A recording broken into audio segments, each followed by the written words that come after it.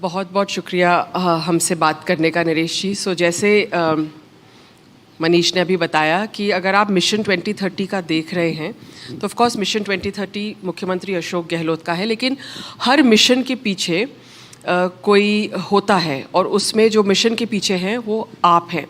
तो एक चीज़ बताइए कि आप जब राजस्थान में आए तो आपने किस तरह से कैंपेन प्लान किया? जैसे मिशन 2030 है, उसमें एक बड़ा क्लियर मैसेज जा रहा है मिशन 2030 से कि आप आगे की सरकार के लिए भी काम कर रहे हैं, you are going to come back to power. Is that the message? तो क्या प्लानिंग रही है इसमें से? First of all thank you for the kind words, but I think they are bit overrated.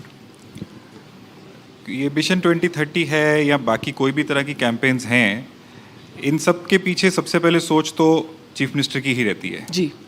We are only the facilitators who try to present the things as they are thought। जैसे सोचा जा रहा है वैसे बताने और दिखाने की बात है। और जो आपका सवाल है कि मिशन 2030 के पीछे की सोच, वो सोच जो अशोक गहलोत चीफ मिनिस्टर हैं, जिन्होंने जो तीसरी बार मुख्यमंत्री बने और 3 टर्म्स पूरी करने जा रहे हैं, वेलफेयरिज्म उनका एक एजेंडा शुरू से रहा है और उस वेलफेयरिज्म में ही वो चाहते हैं कि 2030 तक राजस्थान जो बेसिक पैरामीटर्स हैं उस पे नंबर 1 होना चाहिए। वो चुनौतियों को भी देखते हैं कि लैंडलॉक्ड स्टेट है, पोर्ट नहीं है, उसके बावजूद आज आर्थिक विकास दर में राजस्थान हिंदुस्तान में नंबर 2 है आंध्र प्रदेश के बाद। तो इन सब चीज़ों से उनको भी ये बात की सोच आती है कि कैसे आगे की बात की जाए। बिकॉज बहुत लोगों के साथ काम किया है मैंने, बट इनके साथ काम करने का एक्सपीरियंस थोड़ा सा डिफरेंट है, क्योंकि श्रेय लेना नहीं चाहते किसी चीज़ का, काम करते रहना तो चाहते हैं, पब्लिक को बताना नहीं चाहते कि मैं कर रहा हूँ आपके लिए। वो कहते लोगों को अपने आप मालूम पड़ेगा। लेकिन आपने देखा कि बताना ज़रूरी है। That's where the political strategist comes in. लोगों को बताना ज़रूरी है। We have a explosion of information now because of the mediums. So it is important कि लोगों तक बात पहुँचाई जाए, लोगों को मालूम रहना चाहिए कि कौन उनके लिए क्या कर रहा है। और इसमें कोई मेरे हिसाब से गलत बात नहीं है, क्योंकि लोगों को मालूम रहना चाहिए कि कौन उनके लिए क्या कर रहा है। क्योंकि eight the end of the day तो चुनाव तो लड़ना ही है, डेमोक्रेसी है, प्रजातंत्र है, तो चुनाव के अंदर आपको बताना पड़ेगा कि आपने क्या किया। लोग पूछते हैं आपने क्या किया, लोग पूछते हैं आप क्या करेंगे। तो ये बदलाव कैसे ला पाए आप? मैं आपको एक छोटा सा अनुभव बताना चाहती हूँ। जब मैं रिपोर्टिंग करने के लिए राजस्थान में आई थी तो अशोक गहलोत जी किसी को बाइट नहीं देते थे। टीवी चैनल्स उस टाइम बहुत कम थे और अशोक गहलोत जी किसी को बाइट नहीं देते थे। वो कुछ मीडिया वालों से बात करके वो खबर छप जाती थी। अब हम देख रहे हैं कि सीएम कभी भी इंटरव्यू दे देते हैं और उन्होंने सोशल मीडिया को बहुत अच्छे से समझा है। आपने कैसे उनको चेंज किया? फिर अगेन मैंने कोई चेंज नहीं किया उसमें, ये उनकी ही सोच है कि मेरे को लोगों तक कैसे पहुंचने की ज़रूरत है।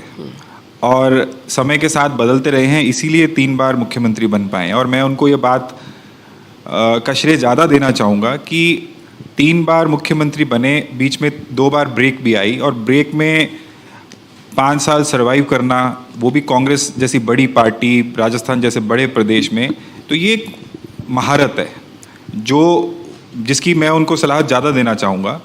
और उस सलाह में वो आगे बने, मुख्यमंत्री बने। और मुख्यमंत्री बन के जब आज उनको लगता है कि आज जो मुख्यमंत्री ने अंग्रेज़ी भाषा के विरोध में धरने प्रदर्शन किए, आज वही मुख्यमंत्री राजस्थान के अंदर Mahatma Gandhi English medium schools के ज़रिए 3 लाख से ज़्यादा बच्चों को इंग्लिश की फ्री शिक्षा प्रदान कर रहे हैं, कि आज उसकी पॉपुलैरिटी का ये स्टेटस है कि उसमें लॉटरी लगानी पड़ रही है।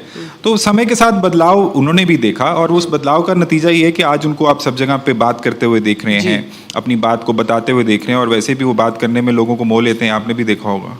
बिल्कुल बिल्कुल। नरेश जी, जैसे पिछली सरकार में, पिछले कार्यकाल में उन्होंने बहुत सारे अनाउंसमेंट्स किए थे, लेकिन कहीं ना कहीं हो सकता है वो मैसेज नहीं गया लोगों तक। तो इस बार जैसे आपका जो महंगाई राहत कैंप का कॉन्सेप्ट था, उसका कॉन्सेप्ट आई थिंक है till the last mile delivery. ये जो महंगाई राहत कैंप का कॉन्सेप्ट है, क्योंकि समाज कल्याण योजनाओं पर वो पिछली बार भी उन्होंने जोर दिया है, इस बार तो खैर एक इलेक्शन प्लैंक है कि समाज कल्याण जो योजनाएं हो रही है, आपको 500 रुपये का सिलेंडर सिर्फ राजस्थान में मिल रहा है, जो 25 लाख का चिरंजीवी इंश्योरेंस है, ये सारी बातें हैं जो, पर उसका कैंप जो आप लेके आए हैं और कितने लोगों तक आप पहुंच पाए हैं, ये क्यों ज़रूरी था ये कैंप? कैंप की दो वजहें थी। एक वजह तो सबसे पहली ये थी कि स्कीम्स तो 4 साल से चल रही थी। इस बजट में उन्होंने कुछ स्कीम्स को इंक्रीमेंटल किया, जैसे चिरंजीवी योजना 10 लाख से 25 लाख की गई, पेंशन को 750 से 1000 रुपये मिनिमम किया गया, इस तरह से बिजली की यूनिट्स की बात थी। और कुछ स्कीम्स ऐसी थी जो नहीं लाई गई, जैसे 500 रुपये का सिलेंडर नई स्कीम थी। अब 4 साल में भी लोगों को वो बात नहीं मालूम पड़ सकी कि उनके लिए क्या काम किए जा रहे हैं। तो कैंप्स का बेसिक मकसद ये था कि लोग खुद अपने पाँव से चल कर जाएँ, कैंप्स में जाके रजिस्टर करें, और जो आदमी सोचता है कि उसको एक स्कीम की आवश्यकता है या एक स्कीम का ही वो लाभार्थी हो सकता है, तो सिस्टम इस तरह से बनाया गया था कि आपके यहाँ पे जो जन आधार नंबर है, जो सोशल सिक्योरिटी नंबर यहाँ पे यूज़ होता है, वहाँ पे जब वो एंटर किया जाता किसी भी नाम का, तो उसको बताया जाता था कि आप एक नहीं 6 स्कीम के लाभार्थी हैं। अच्छा। तो घर से लेने आदमी एक स्कीम जाता था और लेके 6 आता था, और उससे उसकी अवेयरनेस भी बढ़ती थी। जब वो कैंप में जाता था, मान लीजिए वहाँ पे 50 लोग खड़े हैं या 100 लोग खड़े हैं या 10 लोग खड़े हैं, तो आपस में चर्चा भी सिर्फ स्कीम की ही करते थे कि आपको क्या मिला और आपको क्या नहीं मिला, मुझे क्या मिला, आपको क्या मिला, इसी बारे में बात होती थी और इसी से अवेयरनेस बनती है। उस अवेयरनेस का फ़ायदा ये होता है कि अगर मेरे को 6 स्कीम मिली तो मैं कल जाके अपने पड़ोसी को, अपने रिश्तेदार को, अपने दोस्त को ये बताने की सिचुएशन में हूँ कि भाई ये भी स्कीम सरकार की है। क्योंकि आप जितना मर्जी विज्ञापन दे लें, आप जितने मर्जी सोशल मीडिया पे ऐड चला लें, eight the end of the day मुझे क्या मिला से ही बात बनेगी जी। और वो जब कैंप में लोग जाते थे, उनको स्कीमों के बारे में भी मालूम पड़ता था और वो लोगों को जाके भी बताते थे। और प्रोसेस इतना सिंपल था कि 60 दिन अस्थायी कैंप चले, एक भी नेगेटिव खबर, एक भी नेगेटिव न्यूज़, एक भी आदमी की कंप्लेन, कोई करप्शन की कंप्लेन, किसी तरह का कोई भी चीज़ सामने नहीं आई। और मुख्यमंत्री की सोच एक ये भी थी कि पारदर्शिता से काम होगा। वहाँ पे सरकारी तंत्र भी बैठा, वहाँ पे प्राइवेट तंत्र भी बैठा, ताकि किसी को ऐसा नहीं लगना चाहिए कि उसको कोई ऐसी प्रोसेस के थ्रू जाना पड़ रहा है जिसमें उसकी कोई हरासमेंट हो रही है। Everyone was welcomed and went back happy with the guarantee cards, and those guarantee cards were implemented instantly. That is also something very new in our country. बहुत इंटरेस्टिंग है क्योंकि करीब 8 करोड़ वोटिंग पॉपुलेशन है राजस्थान में और 7 करोड़ प्लस तक आप पहुंच गए हैं। आपने गारंटी कार्ड की बात करी। आजकल मुख्यमंत्री को हम सुन रहे हैं और वो कहते हैं कि या तो आप बीजेपी से ये गारंटी ले लीजिए कि मेरी स्कीमों को वो जारी रखेंगे, या आप उनसे पूछ लीजिए कि भाई अगर हम नहीं आते हैं तो क्या हमारी स्कीमें जारी रहेंगी या नहीं, ये बीजेपी से ये सवाल कर लीजिए। तो एक तरह से ये जो नैरेटिव है, इट्स वेरी वेरी इंटरेस्टिंग। ऐसे नहीं जादूगर कहते उनको। तो वो ऑफ कोर्स ये बात वो कहना चाह रहे हैं कि अगर स्कीम, बिकॉज आज आप किसी भी तरह का पॉलिटिकल अगर अटैक देखते भी हैं तो वो स्कीम किसको मिली किसको नहीं मिली पे है। कोई आदमी ये नहीं कह रहा कि स्कीम में कोई बुराई है, कोई खामी है, और स्कीमें जितनी बनी हैं उनका पूरे देश में कॉपी किया जा रहा है। ऑक्सफोर्ड में केस स्टडीज लिखी जा रही हैं, और आप गांव देहात ढानी में जाके पूछेंगे तो कोई आदमी आपको स्कीम के बारे में कंप्लेन नहीं करेगा, क्योंकि एक तो स्कीम का सबको मालूम भी है और स्कीम सबको पसंद भी है और स्कीम का सब लाभ भी ले रहे हैं। एक आपको रोचक बात बताता हूँ कि एक पीछे एक जन सम्मान वीडियो कॉन्टेस्ट चला रखा था सरकार ने, जिसके अंदर लोगों को स्कीमों के प्रचार करने के बारे में आह्वान किया गया और उसके लिए कुछ इनाम भी दिए जा रहे थे। तो एक लेडी ने एक वीडियो बनाया। उस लेडी ने, महंगाई राहत कैंप में तो 10 स्कीमें थी, उस लेडी ने अपने आप को 18 स्कीमों का लाभार्थी बताया कि कहाँ से उसके हस्बैंड एक्सपायर हो गए थे, किस वजह से एक्सपायर हुए थे, उसके लिए उसको क्या मिला, उसके बाद उसके बच्चे को पालनहार योजना का कैसे लाभ मिला, उसको 100 यूनिट बिजली का कैसे लाभ मिला, उसको पेंशन, विधवा पेंशन कैसे मिल रही है, उसके बाद उसकी चिरंजीवी बीमा कैसे हो गया, 500 का सिलेंडर कैसे मिल गया। अब ऑनेस्टली मैं काम करने के बावजूद मुझे कुछ स्कीमों के बारे में नहीं मालूम था जो उस लेडी ने वीडियो में बताया कि मेरे को मिल रही है। सो आज पूरे राजस्थान के अंदर 7.5 करोड़ प्लस गारंटी कार्ड वितरित हुए, 1.25 करोड़ से ऊपर लोग चल के उन कैंप्स में गए, जिसके लिए सरकार ने उनको कोई वाहन नहीं दिया था। तो ये सरकार के प्रति, मुख्यमंत्री के प्रति और कांग्रेस पार्टी की सरकार के प्रति आस्था भी दिखाता है, और उसमें कुछ लोगों ने विघ्न डालने की कोशिश भी की, जिसका जनता ने खुद जवाब दिया। आपने जब मिशन 2030 अभी किया है तो उसमें कितने लोगों ने उसमें हिस्सा लिया है, कितने आपको सुझाव मिले हैं? जो लास्ट रिकॉर्ड मैंने देखा था 3 करोड़ प्लस जो सुझाव अभी तक आए हैं, क्योंकि इसका एक मल्टी लेयर्ड प्रोसेस था।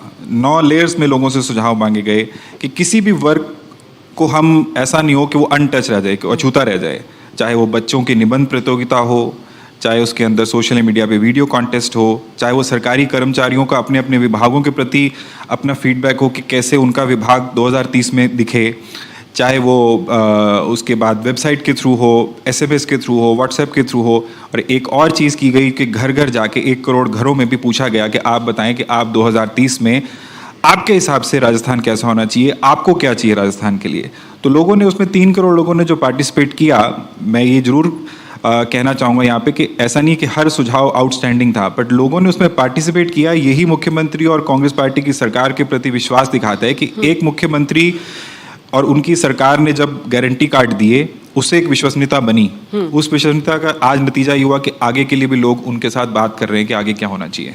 जी, और जैसे आपने कहा कि ब्यूरोक्रेसी को भी आपने इसमें इन्वॉल्व किया है। अब हम देखते हैं ज़्यादातर कि जो ब्यूरोक्रेसी को एक तरह से उसमें ऊर्जा देना, और ख़ासकर जब इलेक्शन पास आ रहा होता है, क्योंकि इट्स अ नाइस कुशी जॉब है ना, एंड तो वो आपको लगता है कि कहीं ना कहीं ब्यूरोक्रेसी में भी एक थोड़ा सा, क्योंकि वो ओपिनियन मेकर्स हैं, चेंज मेकर्स हैं, वो गेम चेंजर्स भी होते हैं इलेक्शन में। ब्यूरोक्रेसी का अपना एक काम रहता है और उनकी एक मर्यादा भी रहती है, बट ये बात मैं ज़रूर कह सकता हूँ कि ब्यूरोक्रेसी ने इसमें पूरा साथ दिया और ब्यूरोक्रेसी ने इसमें बहुत उत्साह से अपना पार्टिसिपेशन किया। जो आज हम हर डिपार्टमेंट का एक विजन डॉक्यूमेंट अपनी तरफ से बना रहा है, और वो विजन डॉक्यूमेंट उस डिपार्टमेंट के हर कर्मचारी से लेके, ऑफिसर से लेके टॉप मोस्ट ब्यूरोक्रेट तक इसमें इन्वॉल्व है, अपना फीडबैक दे रहे हैं। तो ये एक, मैं कहूँगा कि इंकरेजिंग साइन है, ना सिर्फ राजस्थान के लिए बल्कि पूरे देश के लिए, कि अगर ब्यूरोक्रेसी को आप इन्वॉल्व करके चलते हैं तो उसमें आपको कोई ना कहीं लाभ ही मिलेगा। क्योंकि eight the end of the day उन लोगों को अपने विभाग का सबसे ज़्यादा मालूम है, वही लोग पॉलिसीज़ का क्रियान्वयन करते हैं, पॉलिसीज़ बनाने में उनका रोल रहता है।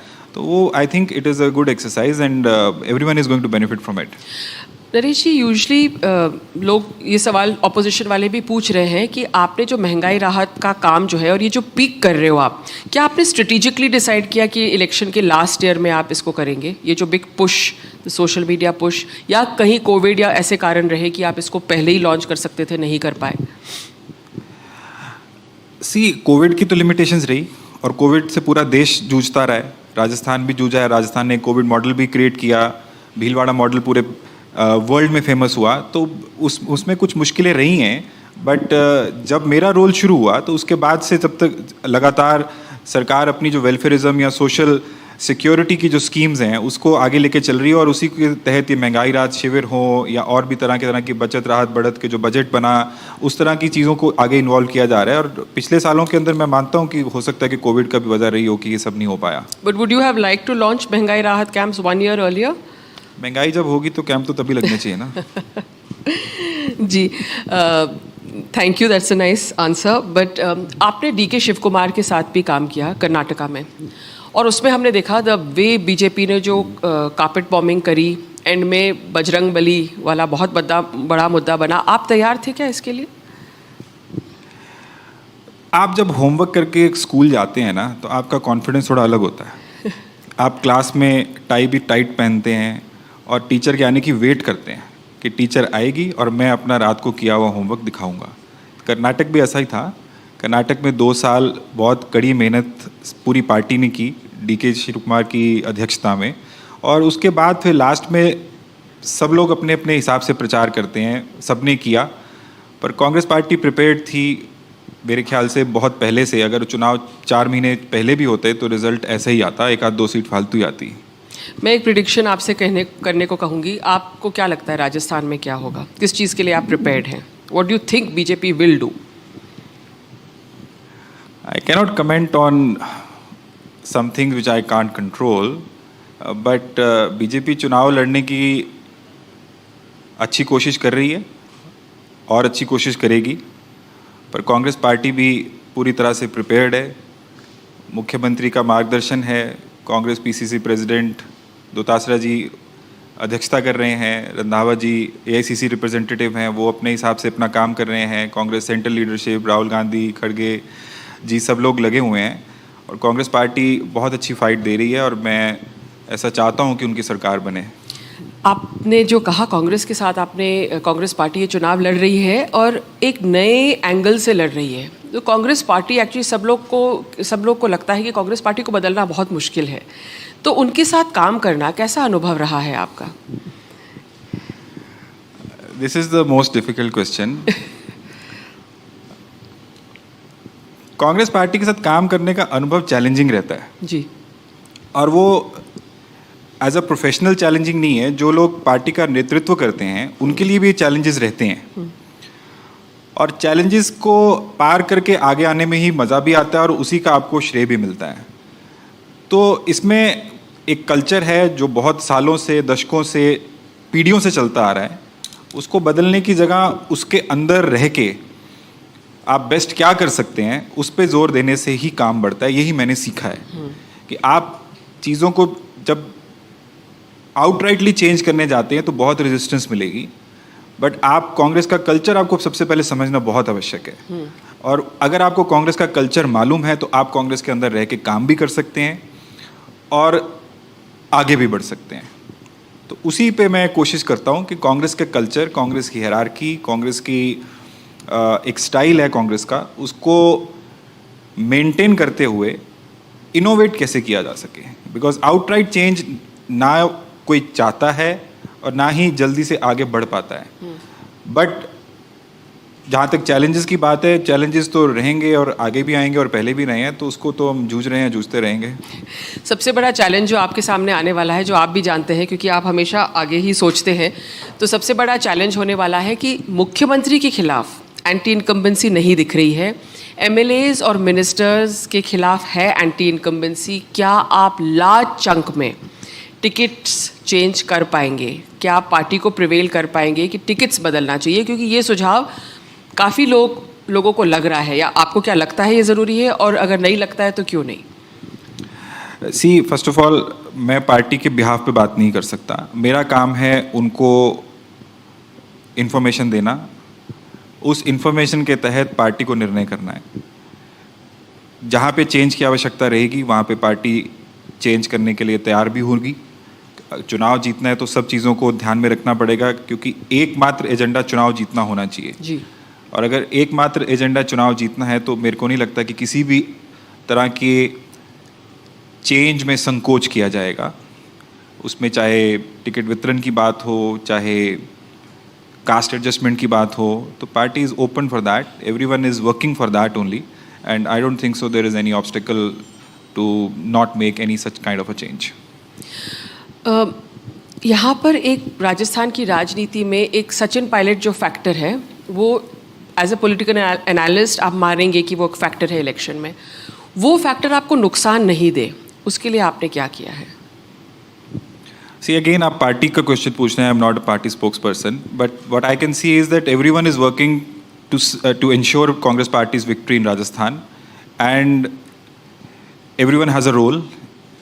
Some people have more important roles, some people have other kind of roles, but every role according to me is important, and everyone is working unitedly towards ensuring that Congress party makes history and let the old history go by. So I think everything is fine. दूसरी जो धारणा है नरेश जी, वो ये है कि राजस्थान में जो रोटी पलटते हैं, रिवॉल्विंग डोर ऑफ पॉलिटिक्स, और वो 30 सालों में, इट्स नॉट जस्ट समथिंग की धारणा है, 30 साल में एक्चुअली राजस्थान ने एक दोबारा वो सरकार रिपीट नहीं की है। तो ये भी एक फैक्टर है। तो आपने माइंडसेट चेंज करने के लिए एज एन एनालिस्ट क्या काम किया, क्या ब्रांडिंग की, क्या पॉलिटिकल मैसेजेस भेजे?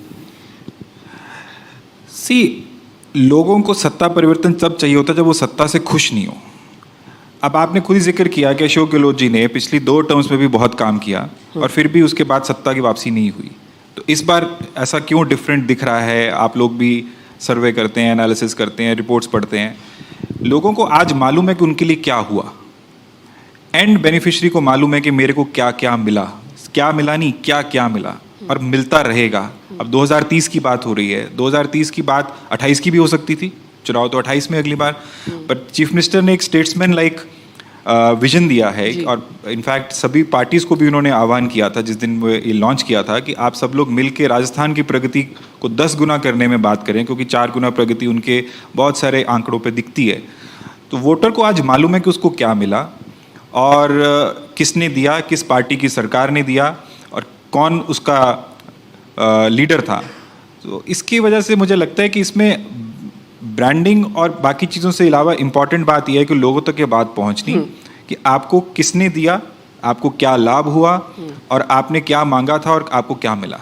क्योंकि मुख्यमंत्री की आपने बहुत स्टेटमेंट्स सुनी होंगी, वो बार बार ये बात बोलते हैं और लोग उनके लिए बोलते हैं कि इनसे जो मांगा वो मिला, और वो आगे से बोलते हैं मेरे से मांगते मांगते थक जाओगे और मैं देते देते नहीं थकूंगा। और इस उम्र में वो जिस ऊर्जा से इस कैंपेन को लीड कर रहे हैं और उनकी उसको आगे आगे बढ़ के नई चीज़ें करने की कोशिश कर रहे हैं, तो मेरे ख्याल जनता का अब फर्ज बनता है कि उसको ऐसा निर्णय दें कि जिसमें उनको लगे कि हाँ इट वाज ऑल वर्थवाइल। और मैंने आपका जो कैंपेन है उसमें मैंने देखा है कि आप इमीडिएटली कोई बड़ी सभा होती है तो उसको एक बड़े ड्राई तरीके से आप लोग पेश नहीं करते हैं। एक कोई इंटरेस्टिंग बात है, जैसे उन्होंने एक लेडी से पूछा था कि तुम्हारे घर में कौन है, तो उन्होंने बोला कि ये है और एक तोता भी है। तो उन्होंने कहा तोता भी है, वो आपने इमीडिएटली पिकअप करके उसको एक तरह से भेजा। फिर वो एक लड़की आई थी, उन्होंने कहा क्या नाम है तुम्हारा, तो उन्होंने बोला सुनीता। उन्होंने बोला मेरी पत्नी का नाम भी सुनीता है इसलिए मैंने पूछा। तो ये जो not just a dry kind of chief minister who is just talking about schemes, आपने एक तरह से एक बहुत लाइटर साइड, एक ह्यूमन साइड, एक interesting side of Ashok Gehlot आप लेके आए हैं। इनफैक्ट मैं देखती हूँ कि उन्होंने वो बढ़िया सा उनका एक वो अजरक का भी वो पहन रखा है। तो थोड़े एनेक्डोट्स शेयर कीजिए उनके बारे में कि आपका कैसा अनुभव रहा है उनके साथ काम करने का, खासकर कुछ ऐसे इंटरेस्टिंग लाइटर एनेक्डोट्स जो हों। See, Ashok Gehlot in private conversation is a very interesting man. He's rich with historic anecdotes. जो उनके साथ बैठो, आप सफ़र कर रहे हो तो आपको पूरा रास्ता ऐसे ऐसे किस्से सुनाएंगे जो किताबों में दर्ज नहीं है, इनको लिखा नहीं गया। और ये जो तोते वाली बात है, उसको पूछा तो उसने बोला मेरे पास मिट्ठू भी है।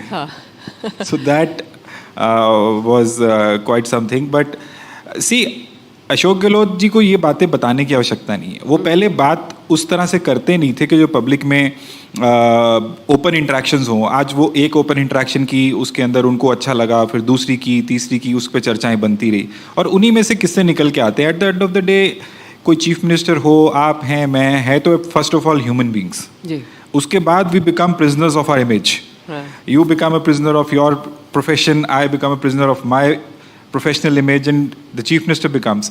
बट जब ऐसा माहौल बनता है जिसमें जनता आपसे सीधा संपर्क करती है, बात करती है, ओपन टाउन हॉल इंटरेक्शन चल रहा है, तो मुख्यमंत्री के अंदर से भी वो एक ह्यूमन बीइंग बाहर दिखता है जो प्राइवेट वाले लोगों को तो मालूम पड़ता है, आज पब्लिक को मालूम पड़ रहा है और लोगों को उसमें इंटरेस्ट आ रहा है। इनफैक्ट ये जो पब्लिक ओपन इंटरेक्शंस होनी शुरू हुई तो उसके अंदर समय के कारण, क्योंकि जुड़ते सब 33 ज़िलों से, पहले 33 थे अब 50 हो गए, सब ज़िलों से लोग थे, तो मौका 5, 7, 8, 10 को मिलने लगता था कि भी इतने ही लोग बात कर सकते हैं। हमारे को बाद में उसके लिए लॉटरी करनी पड़ी कि कौन बात कर पाएगा नहीं कर पाएगा, because people started liking to talk to him कि मेरे से भी बात होनी चाहिए, मेरे से भी बात होनी चाहिए। हम कभी रोड शो का कोई उनको तजवीज़ करते, वो कहते यार मैं जाता हूँ रास्ते में, वैसे ही लोग रास्ते में इतना खड़े होकर मेरे को रोक के रोड शो की बात करते हैं। और उनका सरल स्वभाव है, इजीली एक्सेसिबल है, उनमें ऐसी कोई चीफ मिनिस्टर वाली एयर नहीं रहती है। वो बात करने में भी कोई संकोच नहीं करते, किसी के कंधे पे हाथ रखना हो तो वो 1 मिनट लगाते हैं। और ये सब अपनापन मेरे को लगता है कि आज उनको 30 साल जो राजस्थान की राजनीति में, 40 साल टोटल, 50 साल उनको राजनीति में हो चुके हैं कि वो इतना लंबा सफ़र तय कर पाए और शिखर पे रहे। बिकॉज लोग आते हैं चले जाते हैं। मैं उनको ये बात बार बार बोलता हूँ, मैंने पहले भी बताई कि आप जब सत्ता में नहीं होते आपका टेस्ट तब होता है। आप सत्ता में है तो आपका टेस्ट अलग है, बट सत्ता में नहीं होना, पॉलिटिकल टेस्ट आपका तब होता है। तो ये उनका व्यक्तित्व है, सौम्य भी हैं और उनको जादूगरी तो आती है, बातों के साथ साथ उनके और भी जादूगरी बहुत वो करते हैं। तो I think this is Ashok Gehlot which people have not seen, but it is the real Ashok Gehlot which people are not seeing and they are liking it. Well, yes, and of course, who would know it better than somebody who's done the branding for Mr. Ashok Gehlot. But just coming back to Mission 2030, आपका क्या vision है? आपका क्या 3 points जो आप चाहेंगे राजस्थान में under Mission 2030? Well, first of all, the first point which I would want to see is that because we are working closely on this campaign, that Rajasthan should be number 1 in actual terms on the basic indicators, because that is where the life starts. Okay. The life doesn't start with Yeah. the accessories. It starts with the basics. And what are the basic indicators? Basics are that we should have a good quality of life. Health is one thing which we all ignore, and health is a crown which is worn by the healthy and seen only by the unhealthy. So that is one thing which Chief Minister also feels very dearly about, and hence you see all these schemes and the Nirogi Rajasthan campaign, etc. The second thing is education. I keep saying at various forums that we keep opening schools, we keep opening colleges, universities, and etc. etc. But where do we aspire people to become teachers? Where do we ask our children to be raised as to become teachers in their careers? If we don't have good teachers, what is the use of these buildings and all these kind of curriculums? So one thing which I dearly want, not just in Rajasthan but everywhere, but now because we're talking specifically about Rajasthan, that teaching should be seen as a primary job, not as a tertiary job. कि कोई काम नहीं तो हम teacher बन जाएं. अगर teacher अच्छे होंगे तो आपका भविष्य, आपका देश, आपका प्रदेश सब अच्छा होने वाला है, क्योंकि वहीं से बात शुरू होती है. That is why I call it basics. And the third thing is, which I see that the potential is still unlocked in Rajasthan, is in sports. Rajasthan has a big, vast geography, and it has people of all kinds. And I would like to say here, because it's a show on Rajasthan, that I have found Rajasthani people the most affectionate ones and simple people. Sports is one thing which brings a lot of discipline. It just doesn't get you sporting galleries, but it gets you way ahead in life. That sporting potential has also not been unlocked as the way it should be. So 3 sectors I would see that Rajasthan should be working and getting into something which is different to the country. Already in IT, your state is number 1. It has the largest, biggest data center, and your governance is more on digital platforms than most of the South Indian states also. South Indian states are also copying certain things from Rajasthan, which is a new thing. So, but I still see that as not the primary thing. The primary thing is that the quality of life needs to be the best one in Rajasthan. People should feel happy about it. In any case, it is a happy place. Yes, in fact, chief minister ने भी कल happiness index के बारे में बात किया था. नरेश जी, मेरा आखिरी सवाल ये है कि आपने कर्नाटक में काम किया, असम में काम किया और राजस्थान में किया है, और कहाँ अगर मेरे को ध्यान नहीं है तो आप प्लीज़ बताइएगा. क्या आपको लगता है कि टाइम सबसे ज़्यादा इम्पोर्टेंट होता है पॉलिटिकल एनालिस्ट और पॉलिटिकल स्ट्रेटेजिस्ट के लिए, या getting on the same wavelength as your leader? क्या दोनों में से क्या है, या दोनों चीज़ें हैं विच कैन मेक और break a campaign? I think there is no substitute for time. You cannot buy time with money. No matter how much resources you have, you cannot buy time. Some things need time, and campaigns and messaging need time. You meet someone for the first time, you don't invite the person directly for dinner. You go out for a coffee, then you go for lunch, then third meal is the one which you probably get someone invited to your place, or you get invited. So with a voter also it works like that. You cannot just expect that once you connected and that is how voter is going to be impressed. Voter values his or her vote. The politicians need to understand it, that voters don't take their vote for granted. We are mistaken if we think like that. So that needs time for us to meet the voter, as in the political party to meet the voter, to interact, and then to impress and influence to vote in your favor. Secondly, the wavelength part is also important, but I think you can have disagreements in a room and still make way. But if you don't have time, then even if you are agreeing on certain things and you are all for each other, still you will not be able to make it. Wavelength is important. It's not that I'm discounting it, but time, I think, is the most important thing. And Karnataka lesson tells us that Congress started well in time. In Rajasthan also, it is not, I cannot say that there was not enough time. The time is there. But there is a history which needs to be changed, and that is why you see some historic steps being taken by the government, by the Congress party, by the Chief Minister, by the entire leadership. and I think the results are also going to be that historic. In fact I don't know, I can't predict the election, but mister Arora, मैं ये कह सकती हूँ कि आपने एक धारणा बदल दी है, और वो ये है कि आज आप कहीं भी चर्चा करें तो सब लोग कहते हैं कि बिल्कुल टक्कर है राजस्थान में, जो पहले लोग नहीं कह रहे थे कि अरे एक बार बीजेपी एक बार कांग्रेस, अभी सब कह रहे हैं कि राजस्थान में टक्कर है। एंड आई थिंक उसका श्रेय कहीं ना कहीं आपको भी जाता है। तो बहुत बहुत शुक्रिया हमसे बात करने के लिए।